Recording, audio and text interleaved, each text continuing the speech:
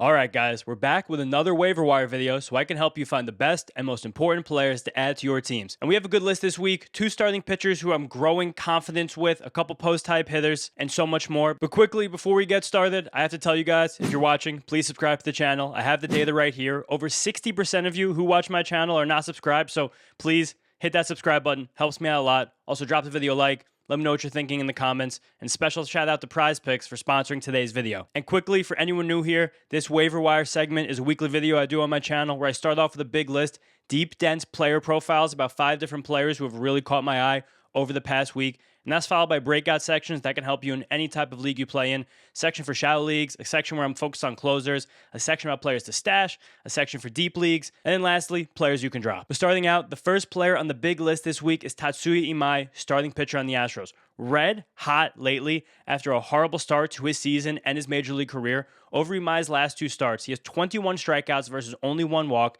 He's won both of those games. He's gotten 6 innings in each and only allowed 3 total runs. And those 3 runs all came in 2 starts ago. His most recent start, 6 innings, no runs, 10 strikeouts against the Tigers this past Thursday. And again, this is patently amazing. I am more confident in Imai right now than I was at any point so far this season or through the offseason, but I'm still not totally bothered in any mind. I'm going to explain why right now. Mostly just because not a ton has changed with his approach or his stuff or anything like that. He's still a 2-pitch guy with a very weird arsenal, headlined by his backward slider that recently has flashed super elite and a kind of just meh fastball. Doesn't really have much with it. Right now, he's finding tons of success because that slider is just so absolutely ridiculously elite. He's doing this thing where he's manipulating it, where sometimes it acts as a true slider, and sometimes it acts as the fade backward slider. This video right here from the Pitching Ninja illustrates that. The manipulation of that pitch, again, is a huge difference maker. Really kind of gives him 3 pitches rather than 2 pitches, which is a big deal. Plus, recently, his fastball velocity has trended up a teeny bit,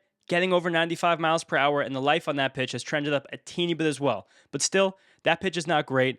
This all comes back to the slider. But one other thing I like about Imai, you're not really going to see on a stat sheet, is I just really like the mentality, the edge he's developed through these struggles in his first few months as a major leaguer. There was a lot made of his poor transition, the Astros possibly not supporting him, the issues with translators, all of that stuff. And 2 starts ago, when he was coming off an outing that he got yanked in the first inning, when his Astros team spotted him a 9-run lead in the top of that first, yes, he had a 9-run lead, and he couldn't make it through the bottom of the first inning against the Royals' horrible lineup. Just after that, he had a poor 3rd inning where he gave up 3 runs against the Guardians, and it felt like he was wobbling again and it could all fall apart. From that point on, he retired almost every hitter he faced the rest of that game and then took that momentum into his most recent start. I like seeing that. I like seeing the dog in him. I like seeing him develop this new edge as a big league pitcher. But just to pause the confidence a bit, he likely will stay erratic just because he is mostly a 2-ish pitch pitcher, and one of those pitches is really weird, especially because the fastball is the zone pitch and the slider is the chase pitch. When it works really well like these last 2 starts, that's beautiful. But when the foundation fractures just a tiny bit like it did early in the season, then you can get into trouble because hitters can kind of just put you in a corner and expect what's coming. We still haven't seen much splitter development. He had a sinker early on. He's gotten rid of that. There will be plenty of ups and downs with Imai, but just seeing this ceiling makes me want to put him on my bench in a 12-team league and use him as a bench streamer moving forward. Now, before we get to the next player, a word from today's sponsor. Prize Picks, America's #1 sports picks app. And if you guys are not on Prize Picks yet, here's why you should be. First up, the app is super simple. You just pick more or less on a few player stats, lock your lineup, that's it. You're in. There are no complicated strategies. There are no confusing interfaces. It really is just you, your sports knowledge, and your picks. And guys, I keep telling you, but we're in a beautiful summer for Prize Picks right now. We have the World Cup going on all day. So many amazing lineups to make through all these games, this amazing tournament, and then a bevy of baseball lineups every single day. Strikeouts, total bases, anything you want, Prize Picks has it. If you guys want to follow along live with me on the app, check me out on my username right down here. So you can see the lineups I make in real time. But the best part, if you're a new user, you can get $50 worth of lineups just for playing your first $5 lineup. All you have to do is check out the link in my description, download the Prize Picks app, and sign up with the promo code HMA. There's promo code HMA, play a $5 lineup, and boom, you're going to get $50 worth of lineups. And Prize Picks is available in most states, Florida, Texas, California, our beautiful New York. So check out Prize Picks, use the promo code HMA, and please guys, only play if you know you can do so responsibly. Next up on the big list is Blaze Alexander, utility guy, infielder, outfielder, just do-it-all guy for the Orioles. And he's taking over a job in Baltimore, basically grabbing the third base position from Kobe Mayo. and I really, really like the underlying skills. He was a featured player in the last video I put on my channel, trying to use data to find a breakout hitter, where I created a leaderboard on Excel, and I tried to find every single hitter in the league who were better than league average in terms of their bat speed, barrel rate, chase rate, in-zone contact rate, zone swing rate, and hard hit rate since May 1st with at least 100 plate appearances. Blaze Alexander was one of only 8 players on that list, along with studs like Ben Rice, Yandy Diaz, Tyler Soderstrom, then some other guys who popped like Brian Reynolds, Brandon Nimmo, and Brandon Valenzuela. So right here, you can see a player with a very balanced profile who does a lot of things well that we like from a fantasy standpoint, that we like from a future production standpoint. And really, the Orioles kind of were forced to give him this starting job because he's been one of their most productive hitters over the last few months. With a 375, 418, 563 slash line, good for a 173 WRC plus, with 3 home runs, 14 runs scored, 22 RBIs, and 5 stolen bases going back to May 1st. You can't take a guy like that out of your lineup when your team that's not really even playing that well to begin with. On top of that, I just love the way, again, that Blaze Alexander has made himself available for any role whatsoever to eventually earn this starting spot. I said he's now found his home at third base, but he's appeared at 6 different positions for the Orioles so far this season. Showing that flexibility and being a gamer, it's a great sign for me. He's flashed in the past with good results in the upper minors, and a guy with plus raw power, really good speed, really good athleticism. Just a really fun pickup right now, especially because he's eligible at any position on the field, so a great plug-and-play guy wherever we might need help on our teams. Next up is Sean Burke, starting pitcher on the White Sox. A very impressive last 2 starts for Burke, where he faced the Yankees and the Guardians, 2 teams on opposite spectrums of difficult matchups in fantasy baseball, but through those 2 starts, he went 13 2/3 innings, struck out 14 batters, and only allowed 2 earned runs. And both of those earned runs came on solo home runs. I've been intrigued by Burke for a while, mostly because he has one of the best foundations I could ever imagine for a starting pitcher, with a really, really nice, effective cut-ride fastball and plus extension. Right there, that's a great place to build on. But he's never really been able to build anything else on top of that. He's never really found any consistency with any breaking balls, has never really gotten good swing and miss, has never really showed good command. But I do like that lately, he's been able to bring more pitches into his repertoire and just give batters more things to think about, mainly a sinker and a cutter. Again, his fastball is great, but having a lot of fastball variation is still a good thing, especially the fact that he's been able to throw the sinker significantly more this season against right-handed batters. It's performed well. Hitters have not hit it hard. They've hit on the ground very often, and when he commands it well, he's done a really good job of jamming hitters with that pitch. He still can't command that super well, though, nor the cutter. Again, still not the slider or the knuckle curve either, but again, having the foundational ability with that 4-seam fastball, and now lots of pitches to make hitters think about coming off it. This is someone where they get on a hot streak with command, as Burke has found in his last few starts. They can be very effective over a nice stint of time. And it's also a good week to pick him up because it's right ahead of a 2-start week. So get Burke on your team. Maybe if you have the balls for it, put him in your starting lineup with starts against the Orioles and the Guardians, and hopefully reap the rewards. Next up on the big list is Cam Smith, outfielder from the Astros. And Cam Smith was actually the thumbnail of the last video put in this channel, using data to find breakout hitters. Might change that thumbnail by the time you guys see this, though, because that video is not performing super well, but he has unbelievable physical tools and has shown enough improvement under the hood lately to make me think we could be getting ahead of what could hopefully be a big breakout over the second half of this season. Mainly because, top line, the raw tools are completely unbelievable for Cam Smith. He has 97th percentile bat speed around some of the best hitters in baseball you guys can see on this leaderboard, and a 95th percentile sprint speed. He formerly was a high first-round pick. He was the main piece in the trade the Cubs and the Astros made last year for Kyle Tucker, and he's turned himself into one of the best defensive corner outfielders on the fly as a major leaguer while never playing that position as a minor leaguer before. So right there, we have aptitude for a new position on defense, we have big power, we have big speed, we have big pedigree. Great place to start. Still, with that being said, swing and miss has been a big issue for Smith over his last 1 season and a half as a big leaguer, but I'm willing to forgive a good bit of that this season because he drastically lengthened his swing from this season compared to last. That's helped him really add juice to his bat speed. That's a player saying the swing and miss is an issue. That's fine being an issue. Now I want to lean into that, get to more power.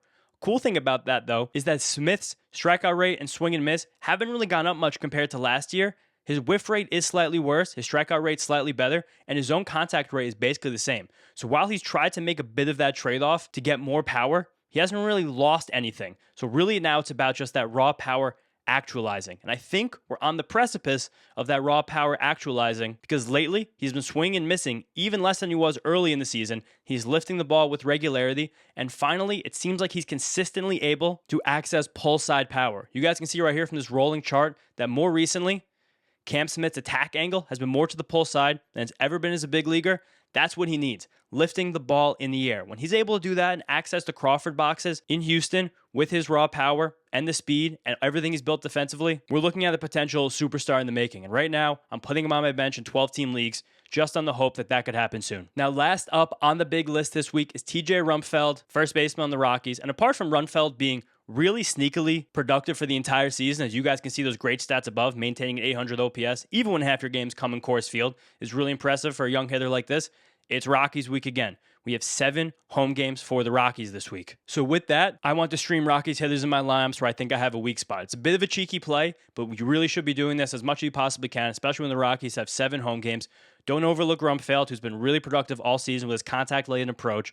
Also, keep an eye on Troy Johnston, Willie Castro, Jake McCarthy. If someone in one of your leagues dropped Mickey Moniak, scoop him back up. Cole Carrig is still swinging a hot bat after being promoted 2 weeks ago. It's Rockies week. Get these guys in your teams. It's hot in Coors Field now. Could be a launching pad this week with games against the Marlins and the Giants. It's a great time to put these Rockies hitters in your line for 1 week. Then after the week, drop them. Feel no remorse about it. Good time to do it. Now, that's the end of the big list this week, but like I said at the top, I got tons of breakout sections right now that help you guys in any league you might be playing in. Starting off with a focus on shallow leagues, I'm going to show you guys players who are not rostered enough on ESPN-based leagues. Starting off with Wyatt Langford, 69%. Langford's come off the injured list and hit 7 home runs in less than 3 weeks. Get him on your teams right now. I don't know if the real genuine superstar breakout is happening, but he could easily perform like a top 50 hitter from this point on. Him being available in 30% of leagues, egregious. Same with Jack Caglione, 55%. The breakout's happening in front of our eyes. He's becoming an elite hitter. He might force his way into the All-Star game. He's been so good recently. Get Jack on your teams. Connor Griffin, back off the injured list Friday night, recording this Friday afternoon. So again, making his return Friday night. Nick Lodolo, 43%. I know he's been dreadful lately. I think he is coming off a good start, though. He's the kind of guy we're in a 12-team league. It's hard to actually really imagine there's better free agent pitchers available than Nick Lodolo. Like, even the 2 guys I mentioned, the big list, Sean Burke and Tatsuya Imai, I would take Lodolo way over those guys. So again, don't leave him on your waiver wire. Isaac Paredes, 35%, playing every day in Houston, getting to that pull side power. Griffin Jackson, Troy Melton. All of these guys do is pitch really well. I've been advocating for them for over a month now. Get them on your teams. Kyle Stowers, 29%. Looks like there's a hot streak coming for Stowers. Then Francisco Alvarez, 11%. He's back and red hot off the injured list. Again, maybe in a 10-team league, it's hard to squeeze him in as a top 10 catcher. 12-team league, it becomes a bit easier, but give him a look if you don't like what you're getting out of your catcher spot. Jace Dominguez, 6%. I've been talking about him for a few weeks now, too. Back, hitting in a good spot in the Yankees lineup. Good time to take a shot on him. And Henry Bolte. The A's have some home games coming up as well with a full home week, just like the Rockies. Bolte's been red hot lately. It looks like he's really carved out a role for himself as an everyday center fielder and near the top of the lineup for the A's. I want him on most of my teams. Next up, we have the closer report. Going to highlight some possibly overlooked closers in this one, even though they're guys I've been talking about here for the last few weeks. Jacob Latz. There's so many superlatives to say about Jacob Latz. Finally just gave up his first runs in June on Thursday night, but still, the guy's been a menace this year. ERA under 2, whip under 1. I think the ERA is still under 2, even after those 2 earned runs, but a guy who's very overlooked in 10 and 12-team leagues who's been so steady and reliable this season. Yoendrys Gomez has taken the closer job in Minnesota. Good deep league closer play. Elvis Alvarado looks like he's getting a tighter hold on the closer job in Sacramento with the A's, mostly because Hogan Harris continues to blow games, but keep an eye right there on Elvis Alvarado. And now 2 relief pitchers, 2 closers who look like they're coming off the injured list soon. Emilio Pagan is on his way to starting a rehab assignment, and Tony Santillan was just placed on the injured list, so not that there was any question about it, but Pagan in a few weeks will walk right back into his closer role in Cincinnati. And Edwin Diaz is throwing. He's going through a progression. You probably get him back like 2 weeks after the All-Star break with the Dodgers, so keep an eye on him if he was dropped in your league. Next, we have the stash list. And I'll tell you guys right now, the stash list is admittedly weak at this point in the season. I think with the new prospect promotion incentives in Major League Baseball, we're just in a huge lull right now of prospects potentially being called up. The only one who I can seriously see being called up in the near future is Joshua Baez on the Cardinals. The team is playing really well, and Baez is crushing AAA. He's got like 20-something home runs at AAA already this year, but unless he proves he can play center field defensively, I don't know if the Cardinals are going to lose that defensive element of Nathan Church. Even though Nathan Church is just average, I think Baez is below average, but again, the Cardinals are playing well right now, so I don't think they want to rock the boat too much, but I still think Baez comes up for that team at some point this summer. Then a guy who we're all waiting to get called up, I don't think it's going to happen anytime soon, because for the first time in Major League history, a team has too much pitching. That's the Mariners, piggybacking everyone they have. And Cade Anderson looks like one of the best 30 pitchers on planet Earth, but right now he's still trapped in Double-A, just striking everybody out in the process. Hendry Mendez is a deeper prospect I'm looking at with really good results in Triple-A for the Twins, but not sure if they want to make that switch. Some injured elite pitchers on their way back soon, Blake Snell and Hunter Green. And a little bit past that, Logan Henderson looks like he's on his way starting a rehab assignment very soon, and Hurston Waldrep might get a shot for the Braves at some point in their rotation, but right now, still pitching in AAA. Now we have the Deep League ads, big fat Deep League list this week. I want to start with Royce Lewis, who's back, starting every single day for the Minnesota Twins, nudging his way up in the lineup, seen some 4s and 5s recently, and also swinging a much faster bat of late. Another player who I profiled in my last video. Hitter breakouts, trying to find them using data. But again, I'm looking at Royce Lewis right now. Just barely missed the big list this week. Then a prospect call-up, Sean Keys from the Blue Jays. Kind of shocked they called him up. Big prospect rise this year. Looks like serious power. Really good at pulling his fly balls. But he's only been a corner guy in the minor leagues. And the Blue Jays have Vladimir Guerrero at first base, Cosmo Okamoto at third, and George Springer at DH. So I'm not exactly sure where Keys fits in. Intriguing profile, but kept him off the big list this week. So I want to see about playing time. Then we have some intriguing pitchers here, a bunch of intriguing pitchers, but starting off with Brandon Sproat, coming off a 10 strikeout, 6-inning, 1-hit gem this week against the Reds. Sproat has no great repertoire, great stuff. He's never had good command. In this last start, he commanded the fastball really well at upper 90s with a bad shape, but kept out the leathers, kept the hitters honest with it. He's starting to find some confidence in his cutter, but more so than that, I've been really waiting for Sproat to find the consistency in his curveball and changeup that we saw from him, especially in college, but then also early on his minor league career with the Mets. We saw really good, well-commanded curveballs and changeups in that start against the Reds. If he can command his repertoire, I think he's a top 50 pitcher. I've featured him in a lot of videos this year because I think it's happening. I've stashed him in a lot of teams this year because I think it could happen. And the Brewers continue to trust him, which is a really good sign because the Brewers have so much pitching at their disposal. And the fact that they want Sproat to make it, they're running him out there every single week, makes me think he's closer than maybe the peers on the surface level stats. Then Ian Seymour just has best starts and is transitioning to the rotation for the Rays. You guys know how much I like Seymour. Joey Cantillo has developed a cutter that's taken some pressure off his curveball. It's a really nice pitch. Reynaldo Lopez back in the rotation for the Braves with J.R. Ritchie being sent down. Jake Bent just had a really nice start in Coors Field for the Red Sox. I like his fastball. I like his extension. I love his changeup. I think he's a very functional major league starting pitcher. Then a bunch of hitters here, starting off with 2 Nationals. Luis Garcia is flying under the radar as a very productive hitter this year. And I think Dylan Cruz is getting hot next week probably. And maybe not next week. It's actually next week's 4th of July. So I might not do a waiver video next week. But Dylan Cruz is a guy who will get a deeper player profile soon because still a lot of the things going on under the hood with Dylan Cruz are good. Hitting the ball hard. Swing decisions are kind of a disaster, but hitting the ball hard, lifting it. And he still has the big pedigree of the great college career, early round draft pick. So I really like Dylan Cruz. And I would kind of, for the game theory of it all, be stashing him on some teams. Matt McClain, Lawrence Butler, 2 of the biggest busts over the last 2 years. Both of them still have steady roles, swinging it better lately. Then I wanted to pair up Matt Shaw and Pedro Ramirez down here. These 2 guys are kind of fighting for one spot with Mo Ballesteros being sent down. They've kind of alternated with Ramirez mixing in at DH because Nico Horner and Alex Bregman are so locked into second and third with the Cubs, but also Shaw has jumped into the corner outfield at times and pushed Seiya Suzuki to DH. Again, these 2 guys right now are in combat for one spot. I think one's going to win, but if they both kind of keep playing half the time, they cannibalize each other. Cooper Pratt hitting for high average, no power, running a bit since his last 2 weeks being called up with the Brewers. Blaze Jordan, relatively productive, good bat speed, good contact rate with the Cardinals. Cooper Ingle just called up to be a catcher with the Guardians. Definitely good for a 2-catcher league. Keeping an eye on him for 12-team leagues if we get further in. Andy Rodriguez, the same. Great tools. Has spent a lot of the last few years injured with the Pirates, but getting a nice chance to play right now and playing well. Same with his catcher mate, Henry Davis in Pittsburgh. Again, these guys are splitting the job, so they're really only 2-catcher viable. Samad Taylor still hitting near the top of the Padres order, making tons of contact, getting on base. Caleb Durbin has finally turned the corner a bit with the Red Sox. He was a buzzy, deep league pick going into the season. Now it looks like with all the shine off because of how dreadful he was for the first 65 games of a season, you could probably pick him up in almost every single league. And Alex Call plays a lot of the time for the Dodgers, and just playing every day for the Dodgers, you rack up counting stats. So again, the deepest of leagues, I like Alex Call for runs, RBIs, and just plate appearances. Now, I've given you guys some players to add, so I have to give you some to drop. And this is a weird one because he just came off the injured list, but Shane Bieber looked terrible. His stuff doesn't look good. I don't know if I'm holding Shane Bieber in a 12-team league. Maybe a 12, definitely not a 10, despite the name value. Ryan Nelson moved to the 60-day injured list. He's going to be out a while. Don't even stash him in the injured spot. Then a couple guys who are probably, sadly, not good enough to hold unless you have a good IL spot available for them. I'm sad about the Zach Geloff injury, but it always happens, so it's a shame that he has to be on the drop list. Jack Leiter wasn't good anyway. Now he's injured, so get him out of here. And then Spencer Horwitz, same thing. Upsetting because he's been hitting so well, but probably not good enough to hold through even a possibly minor injury. But hamstrings can be fickle, so we'll see. And then some of the best early season risers who have just fallen apart. Carlos Cortez has lost his starting job to the aforementioned Lawrence Butler, so sadly, we're dropping him if you haven't already.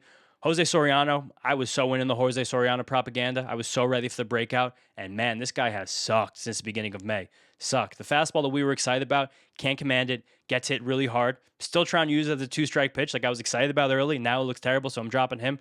Bryce Elder, it's over, buddy. We kind of knew what happened, but see you later. And Seth Lugo, good name value, but just doesn't really have any stuff anymore. But thank you guys so much. Another great waiver wire video in the books.